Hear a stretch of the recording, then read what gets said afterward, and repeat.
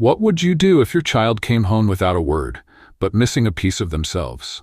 No bruises, no broken bones, just a silence so heavy you knew something had been taken from them that couldn't be returned. At Kennedy High, that silence belonged to Amani Rhodes, a quiet girl from the east side who didn't fight, didn't argue, didn't speak unless spoken to. Until one ordinary day in art class when a pair of school scissors, a cruel laugh, and a severed braid became the start of something no one could ignore. But this isn't just about a haircut. It's about what happens when a student chooses truth over fear, and when one man in a suit decides he won't play along with silence. Because what came next didn't start with shouting. It started with a notebook. The scissors made a crisp, final sound. A thick braid, polished, neat, and proud, dropped to the floor. The classroom didn't fall silent. In fact, it erupted into laughter. Some kids gasped, a few raised phones, but no one stood up. No one told Tucker Reynolds to stop. The art teacher didn't even look up. Amani Rhodes sat still, her breath caught somewhere between her lungs and her pride. Her eyes flicked to the braid on the ground, then back to the boy standing behind her, still grinning. His hand held the scissors like a trophy. No one knew what to say, least of all her. Amani wasn't new to being ignored, or mocked, or made to feel like a visitor in a place that promised to be a school. She had transferred to Kennedy High just 6 weeks earlier, from the east side of the city, where uniforms meant you were safe and silence meant you stayed out of trouble. Her mother told her before the first day, "Keep your head down, baby. Don't let them drag you into anything." And she hadn't, until now. Tucker Reynolds wasn't just another class clown. He was the son of someone who mattered, the kind of kid whose wrongdoings were mischief, not misconduct. The kind of kid who could humiliate someone and still get a smile from the front office lady. Amani didn't move. She didn't cry. Her braid was still on the floor, and yet something else had just snapped. Not her temper, her patience. Because in that moment, a dozen eyes laughed without understanding what it meant to wear that braid every morning. What it meant to wake up early just to make sure it was perfect. What it meant to be called ghetto if it wasn't. What it meant to carry her grandmother's legacy in every twist of that hair and watch someone sever it like paper. Somewhere in the back, a classmate whispered, "She's not doing anything." Another added, "Maybe she's used to it." But Amani heard every word. She just stayed still, because sometimes stillness is not surrender. It's calculation. By the time the bell rang, the laughter had faded. Tucker was still smirking, waving the braid like a joke that went too far. But in her chair, Amani sat with a kind of stillness that didn't belong to a child. It belonged to someone who had counted to 10 more times than anyone should have to. And when she finally stood up, she didn't reach for her hair. She didn't speak. She simply looked down once, at the braid, now lifeless on the tile, and stepped over it like it was no longer a part of her. Tomorrow, she wouldn't walk into school the same way. And someone in that room was going to learn the difference between silence and survival. It didn't happen in a hallway. It wasn't a fight in the cafeteria. It happened in room 213, art class, at 10:46 a.m. the next day. The desks were still arranged in a horseshoe. The same chip posters hung on the wall, and the same two boys, Tucker Reynolds and Grayson Bell, were laughing about it again. "Guess she couldn't find the rest of her head this morning," Tucker said, just loud enough. Grayson snorted. Even the teacher smiled weakly, then turned back to her computer. Imani sat 2 rows away this time. Her seat had changed, but nothing else had. She opened her sketchbook, but her hand didn't move. Instead, she watched. Not with fear, with focus. She had spent the night replaying everything. Her mother's warning, the eyes that looked away, the braid on the floor. And by morning, something inside her had settled. Not into anger, but into clarity. She wouldn't lash out. She would respond with purpose. When Tucker walked past her on the way to the sink, he dropped a pencil on her desk and said, "You forgot your leash." That was enough.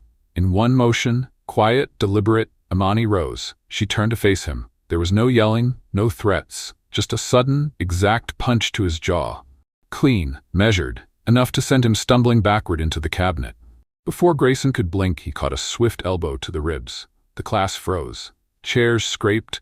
Someone gasped, but she didn't keep going. She didn't kick. She didn't drag it out. She stepped back. adjusted her collar, and sat down. No one moved at first, not even the teacher. Tucker groaned on the floor. Grayson clutched his side, speechless. And Imani picked up her pencil and wrote one word in the corner of her sketchbook. Documented. Because this wasn't a meltdown. It wasn't chaos. It was precision. It was restraint disguised as violence. The kind that says, I've been taught to survive without making noise, but that doesn't mean I'll be erased. The office was called. The nurse arrived. 2 boys were helped out. One refused to speak. The other mumbled something about unprovoked. But the eyes in the room told a different story. Half shocked, half respectful. Imani waited quietly as the assistant principal walked in, asked her to gather her things, and led her down the hallway. She didn't cry. She didn't explain. She didn't need to. Because that wasn't an outburst. It was a line being drawn, and someone had finally crossed it. Principal Marcus Bennett didn't rush. When he got the call from the front office, he didn't raise his voice, didn't slam a door, didn't ask for an escort. He just closed the folder on his desk, straightened the photograph of his daughter in graduation robes, and walked. He had been at Kennedy High for 8 years. Long enough to know when something required protocol, and when it required presence. So when he stepped into the office and saw Imani Rhodes sitting in the chair outside the assistant principal's room, back straight, eyes forward, he paused. Not because she looked guilty, but because she didn't look shaken. He opened the door to his office and said one word, "Come." Inside, he didn't ask what happened first. He asked if she wanted water. She shook her head. Then he sat across from her, arms resting on the desk, not folded, not closed off. "I've read your file," he said. "Good grades, no issues. One note from your old principal.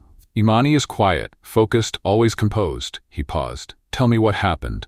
Imani didn't waste time. She described it as it was. The braid, the laughter, the pencil, the strike, no embellishment, no anger in her voice, just facts. When she finished, Principal Bennett leaned back, not because he doubted her, but because he knew too well how familiar this story sounded. He had seen it at Eastwood 20 years ago, at Roosevelt Middle School 10 years before that, and once, in his own reflection, when he was the only black student in his honors class and someone spit in his lunch tray. "I'm going to suspend you for 3 days," he said.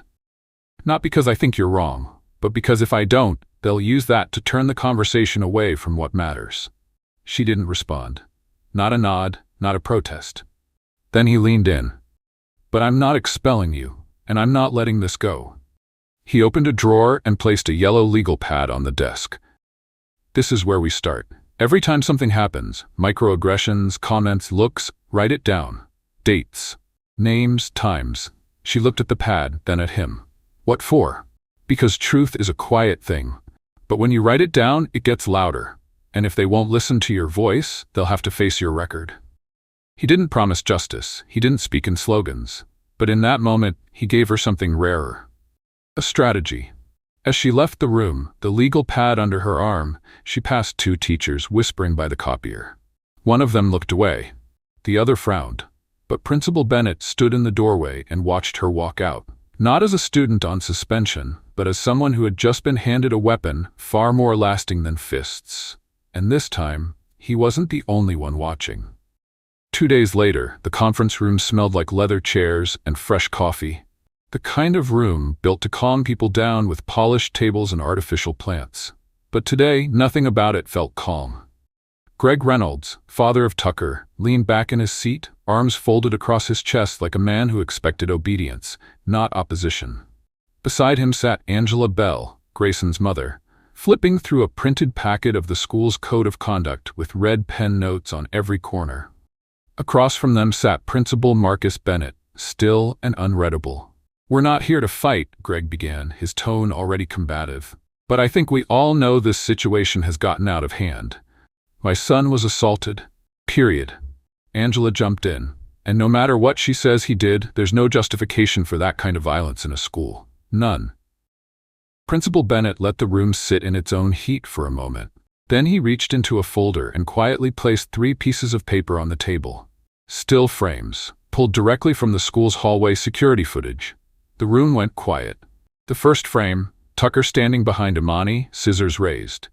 The second, the braid falling. The third, Imani seated, motionless, as Tucker laughed. Greg's jaw tightened. Angela reached for the packet, then stopped.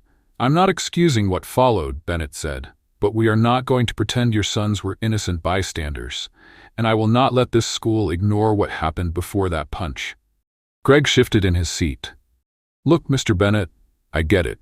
You're trying to make this political. I'm just a parent, trying to protect my kid." Bennett's voice remained steady. "Then we have something in common. I'm trying to protect all of them." He knew what this was. The subtle threat. The assumption that power still sat on their side of the table. But he also knew what it felt like to be told you were overreacting when all you were doing was refusing to stay quiet. "I've contacted the district," Greg added, "and the board." Bennett nodded. "So have I, with the footage and the full timeline." Angela tried again. "You're going to regret this, Marcus." He didn't flinch. "Not as much as I'd regret teaching our students that silence is safer than standing up." Outside the room, a few teachers had gathered by the main office. They didn't know the details, only that something was shifting. You could feel it in the hallway, the tension that comes when a door long shut has just been cracked open. Imani wasn't there that day. She was still serving her suspension. But inside that room, her presence was felt. Not loud, not declared, just steady, like a pressure that wouldn't ease. When the parents finally left, no resolution was signed, no apology offered. But for the first time, they didn't leave with the upper hand. And Principal Bennett sat alone for a moment, staring at the braid photo still on the table. Then he turned it over, placed it beneath a folder labeled Internal Documentation, and slid it back into his drawer. On Monday morning, Imani Rhodes walked through the front doors of Kennedy High with the same calm expression she'd worn since day one. But this time, something had changed, not in how she moved, but in what she carried. Inside her backpack, tucked between her math binder and a second-hand copy of To Kill a Mockingbird, was the yellow legal pad Principal Bennett had given her. She didn't come back looking for revenge. She came back with a system. She sat in her usual seat, didn't speak unless spoken to. But with every glance, every offhand comment, every teacher who didn't see anything, she took note. Literally.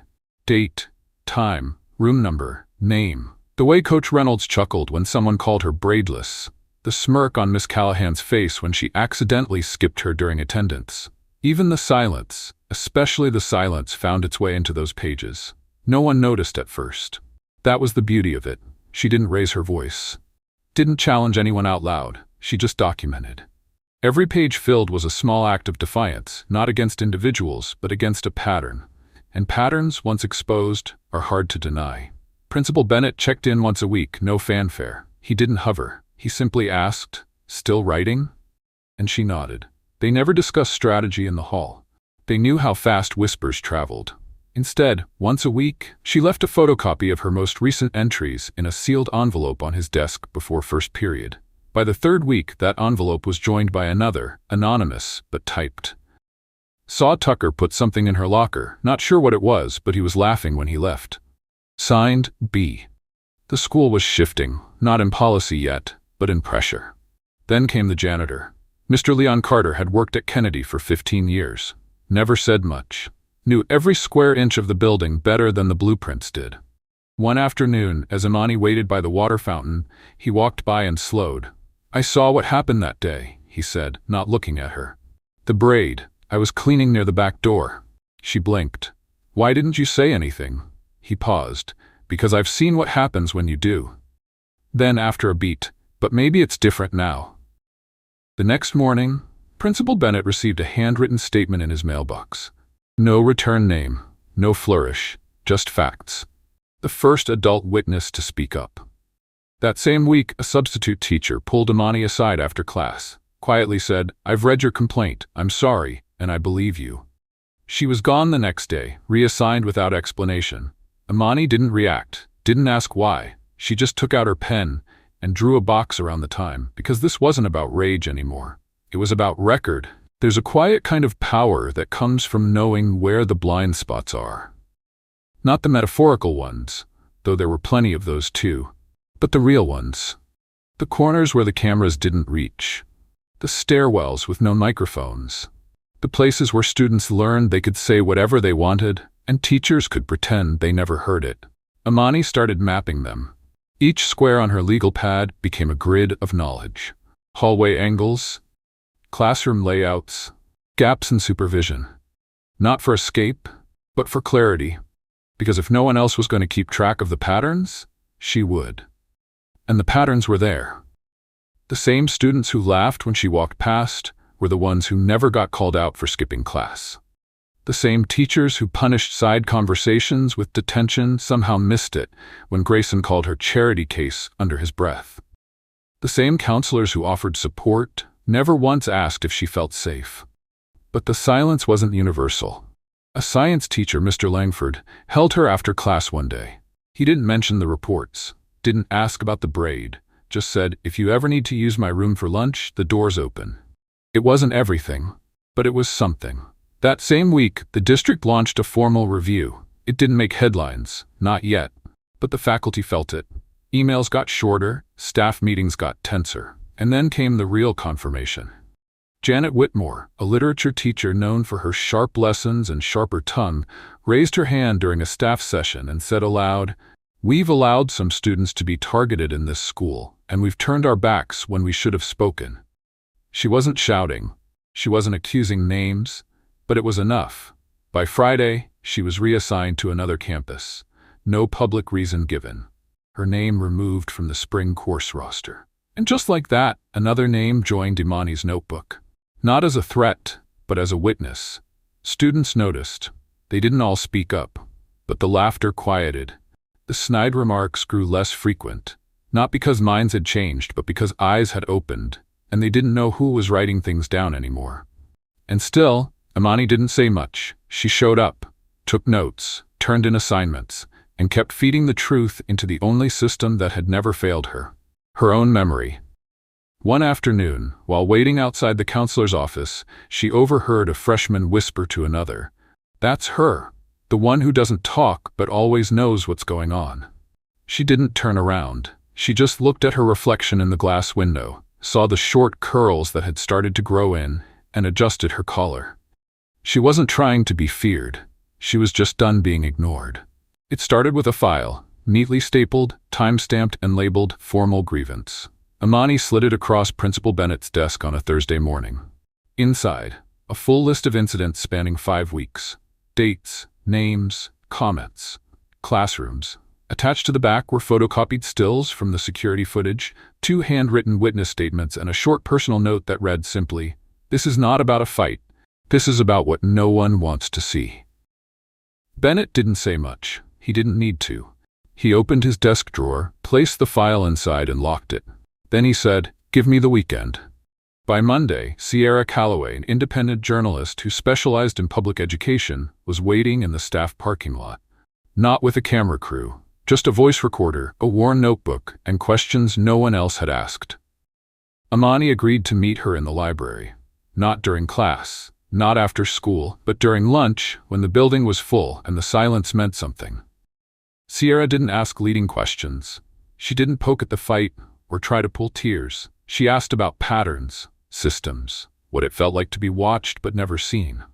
When the interview ended, Sierra leaned forward and said, "Last question, why speak now?"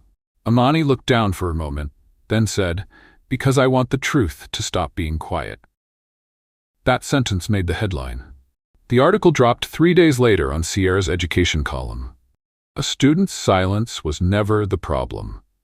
It included quotes from her interview, snapshots from the grievance file, and redacted notes from other students who had come forward once they heard what Imani was doing. Suddenly, this wasn't just about one braid. It was about everything that had been overlooked under the excuse of discipline, order, or boys will be boys. It was about the difference between avoiding conflict and avoiding responsibility. Parents began calling, some supportive, some furious. Staff inboxes flooded. The school board requested an internal report. And through it all, Imani kept showing up. No press conference, no hallway speeches, just her legal pad, and a quiet that now had weight. In history class, a boy raised his hand and asked if they could talk about civil rights beyond the textbook. The teacher hesitated, then nodded. In the cafeteria, a girl who used to whisper behind Imani's back sat down across from her and said, "I didn't know it was like that. I just thought you were trying to be tough." Imani didn't answer. She didn't need to, because the room had already changed. That afternoon, Principal Bennett called her in. On his desk was a printed copy of the article, now marked with highlights from the district's legal office. "They want a meeting," he said. She nodded. "And they're inviting you to speak." She didn't smile, but for the first time in weeks, her shoulders relaxed. This wasn't the end, it was just the moment the truth had become too real to ignore. The auditorium wasn't full. It never was for district hearings. But the people who came didn't sit quietly. Some wore ties, some wore hoodies, but all of them had come to listen and to be seen. Imani sat in the second row, legal pad in her lap, not to write this time, but to remember. Principal Bennett sat a few seats behind her, not as protection, but as presence. The board members filed in late, suits, folders, coffee cups. Their eyes scanned the room with a kind of practiced neutrality, the kind that pretends not to recognize pressure even when it's thick enough to touch. They began with protocol, updates, attendance. Then the chair finally said, "We now open the floor to public comments related to the grievance filed at Kennedy High." Imani stood up without being called. She walked to the microphone, adjusted it once, and waited. "No notes, no script. My name is Imani Rhodes. I'm a student at Kennedy High. You've seen the file, you've read the reports. What I want to say isn't new, it's just been ignored. When you let things slide because they don't look serious, you create a culture where serious things become invisible." She didn't raise her voice. She didn't ask for pity. She named no names. "I don't need justice to come quickly. I just need it to come. And not just for me, for everyone who gets told to be quiet when they're the ones being hurt." The room didn't applaud. That wasn't the kind of moment it was. But a woman in the back nodded slowly, and someone near the front wiped their eyes. After she stepped down, something shifted. One by one, other students stood up. Miguel Alvarez spoke about the time he was told to speak English or leave in the locker room. A girl named Danielle described how her teacher had laughed when someone mocked her for wearing a hijab. A boy from the special ed program said he stopped eating lunch because he was tired of being filmed without knowing it. Each story wasn't shocking on its own, but together they were undeniable. By the end of the evening, the board had promised an external investigation.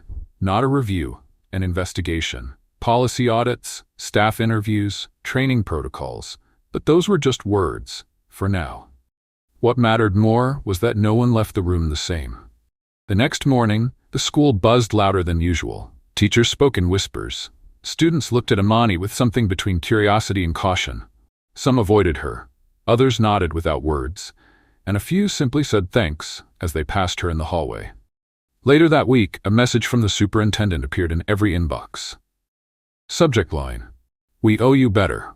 Inside was a public apology. Not perfect, not poetic, but real. And Imani didn't reply. She didn't forward it. She didn't need to, because the apology wasn't the destination. It was the echo of a truth that had finally found volume. By spring, the halls of Kennedy High looked the same, but they didn't feel the same. The jokes grew quieter. The eyes didn't linger as long, and the corners of the school, the ones where silence once gathered like dust, had started to clear. No new policy had fixed it. No grand speech had sealed the change. It had shifted the way most real things do, through tension, exposure, and time. The students still called it the Braid Incident. Some whispered like it was legend. Others treated it like history class. But no one denied it anymore. Imani Rhodes never asked to be a symbol. She didn't post on social media, she didn't hold rallies, but when younger students entered the building, they looked for her. Not for guidance, just for proof. That someone had stayed. That someone had stood up and walked back in, day after day, without turning bitter. Teachers changed too. A few left. Others stayed and learned to listen harder, speak less, ask better questions. Staff meetings began with longer silences, moments carved out for reflection, not reaction. Principal Bennett never mentioned the case again in public, but every Monday he left a folded note in Imani's locker. Just a sentence or two, nothing dramatic. Some truths don't need to shout. There are witnesses you'll never meet. You made the ground stronger. Imani kept everyone, She returned to boxing that summer, not as a student, but as a mentor. Her cousin had cleared a spot in the corner of the gym for her, and on her first day back, a girl no older than 13 asked, "Were you the one with the notebook?" Imani nodded. The girl smiled. Cool. That was enough. At year's end, when the school held a small ceremony for student leadership, Imani didn't sit in the front row. She stood in the back, near the exit, wearing a jacket that didn't quite hide the calluses on her knuckles. When her name was called, she walked up, shook hands, and walked back just as quietly. That night, alone in her room, she opened a small box beneath her bed.